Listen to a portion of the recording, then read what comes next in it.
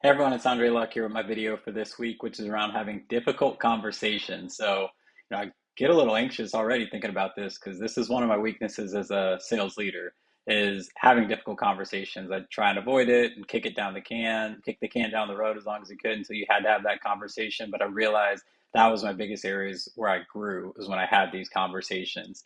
And so we'll talk about three different types of conversations that you need to have as a sales leader.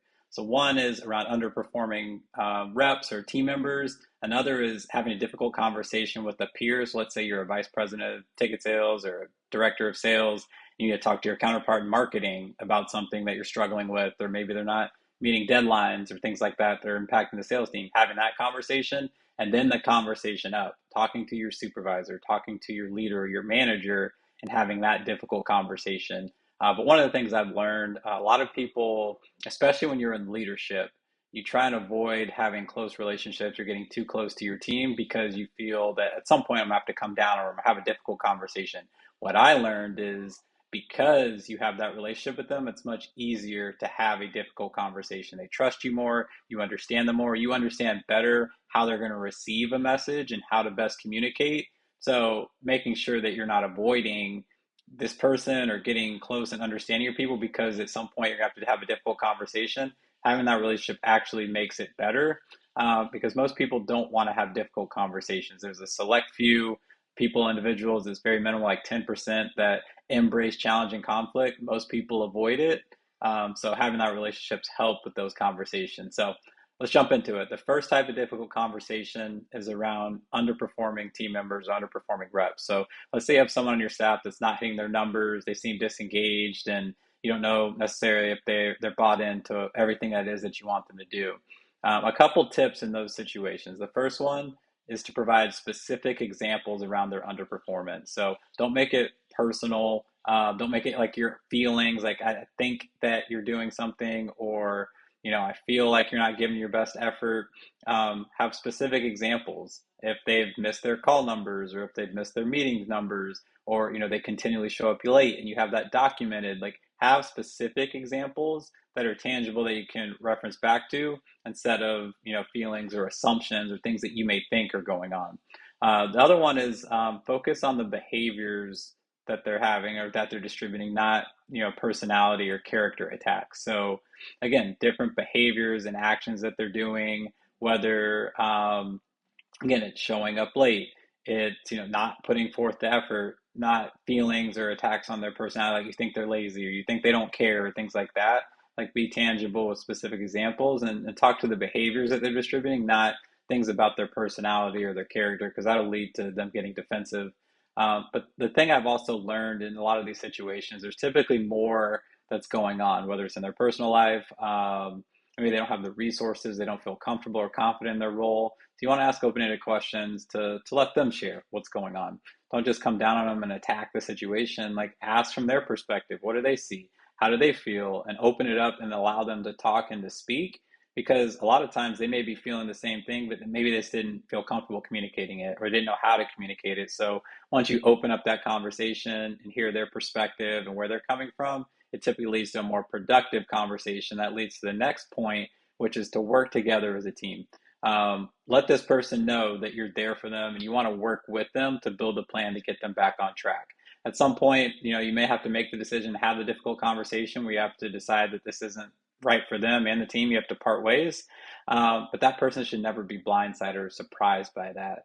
You should have given full effort and attempts to try and get them on track, have communication around that. From an HR perspective, you probably want to document that, but taking that to the side and just thinking about the individual that it is you're coaching and that you're working with, working on a plan together to give them all the opportunities and all the resources, within reason to get them back on track and to hit your goals and targets as a business and the sales numbers that you need them to get to. So that's having difficult conversations with an underperforming rep or team member on your staff.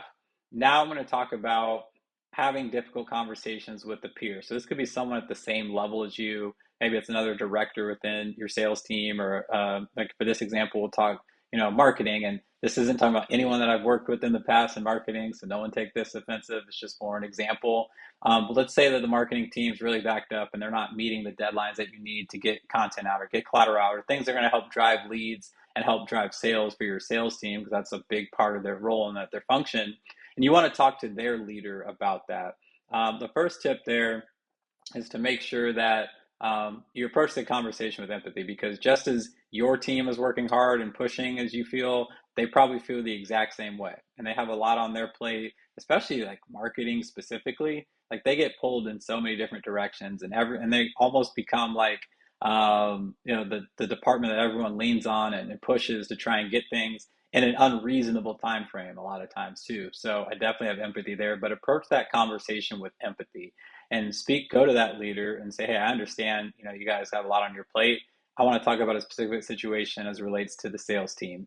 And then again, similar, not to point fingers or to blame, speak an I statement. So I feel that when these situations happen, this is how this impacts the team, not you all are slowing us down or you're making us not hit our numbers. Like, put it back on you. Like, what is it that I feel or you feel as the person?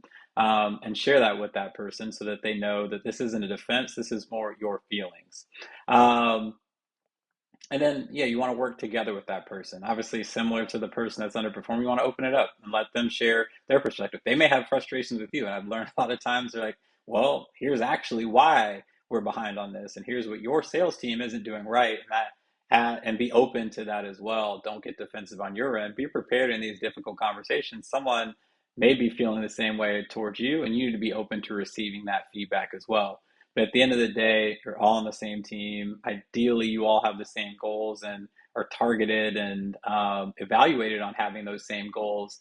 So you want to build a plan to get back on track together. So you want to collaborate and come up with an idea, whether it's things that you and your team could do better, how you could best support them, maybe get further out in front of requests if that's specifically what it is that the situation is. But really, it's approaching the conversation with empathy and looking for a solution, not emotions that a lot of times take hold in these conversations, and trying to make the person feel bad or down or whatever it may be. There, like they're a peer, they're a teammate.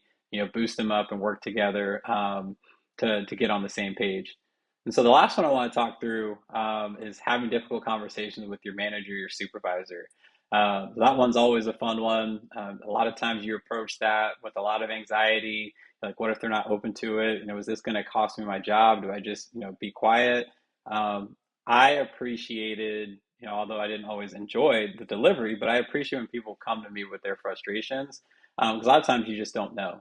And that allows me now to, one, explain the why potentially behind why something's going on or why I'm doing something, but also have a better understanding of maybe where I'm missing the mark or maybe where I'm not communicating something to my team. So when you are going and approaching your supervisor, they typically want to receive that feedback. And if not, and it's not the environment where they accept that, that's probably not the right place for you anyways. So doesn't matter how you have the conversation, it's probably not going to turn out and be productive anyways. But most leaders receive and want to receive feedback. But in these situations, you want to be direct, but you want to be respectful.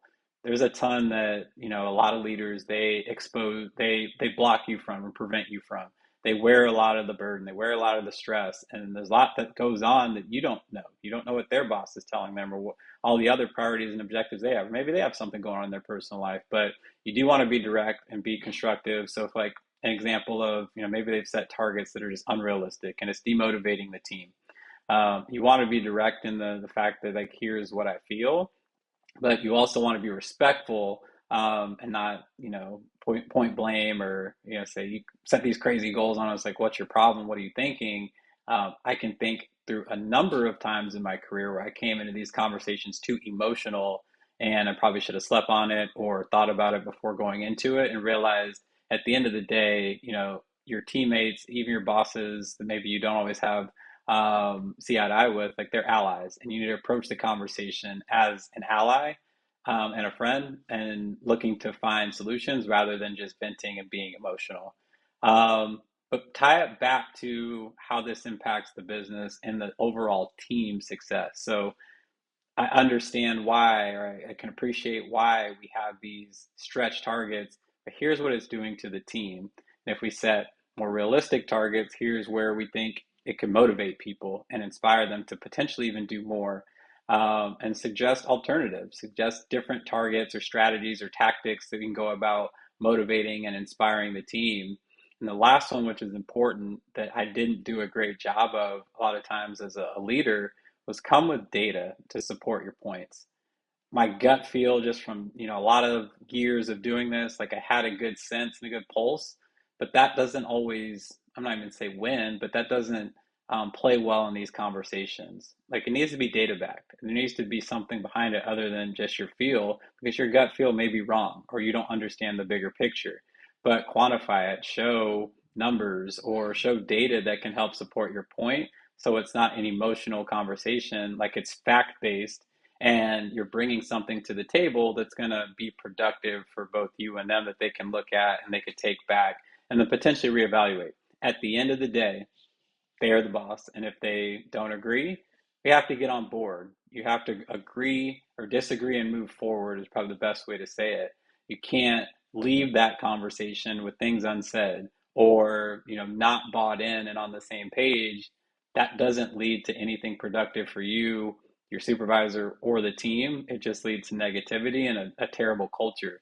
And this whole theme around sales leadership is creating a winning sales culture. So to have a winning sales culture, you have to do things that are uncomfortable. You have to do things that are difficult.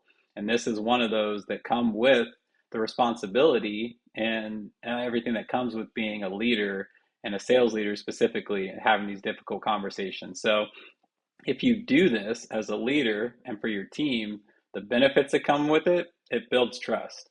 Um, Sometimes, like, the most difficult situations and conversations bring people closer together.